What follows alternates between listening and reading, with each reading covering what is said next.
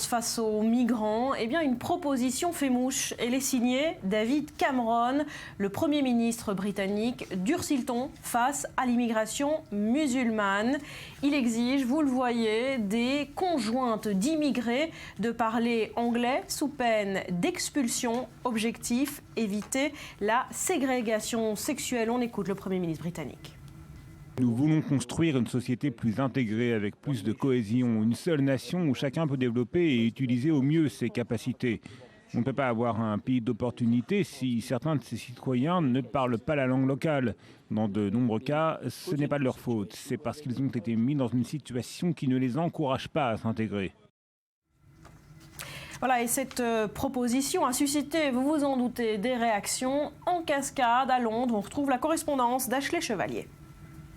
David Cameron s'est engagé sur une pente pour le moins glissante hier. Le Premier ministre a affirmé dans une tribune publiée dans le très sérieux quotidien The Times que les musulmanes qui ne maîtriseraient pas assez la langue anglaise pourraient être expulsés du Royaume-Uni. Et pour les encourager, le Premier ministre a annoncé le déblocage de 20 millions de livres, soit 26 millions d'euros, pour financer des cours d'anglais. Toujours selon David Cameron, 22% des musulmanes britanniques, soit une femme sur 5, ne maîtriseraient pas la langue anglaise. Cette mesure a été plutôt bien accueillie ici, jusque dans les rangs de la communauté musulmane. Mais ce qui dérange, c'est que David Cameron a par la suite estimé sur la BBC que la non-maîtrise de l'anglais pouvait rendre les musulmans britanniques plus vulnérables aux messages de groupes extrémistes comme Daesh par exemple. Les représentants du culte musulman n'ont pas apprécié le lien entre l'ignorance de la langue et le terrorisme. Ils s'estiment stigmatisés. Dans l'opposition, on a qualifié les propos de David Cameron de simplistes et maladroits. Le Premier ministre, qui est également critiqué jusque dans son propre rang. Lady Worsley, qui était la première musulmane à rentrer dans un gouvernement conservateur, a déclaré que le Premier ministre avait gâché ce qui devait être une mesure positive. Voilà, et on va un petit peu plus loin dans cette polémique avec vous, Lise Barenbaum. À première vue, des propos du Premier ministre qui peuvent choquer, mais pour lui, le but, c'est de rendre les femmes musulmanes tout simplement plus indépendantes. Oui, parce qu'il l'a dit, pour lui, en Grande-Bretagne, il existe une ségrégation sexuelle alarmante au sein de la communauté musulmane, une ségrégation qui isole les femmes socialement.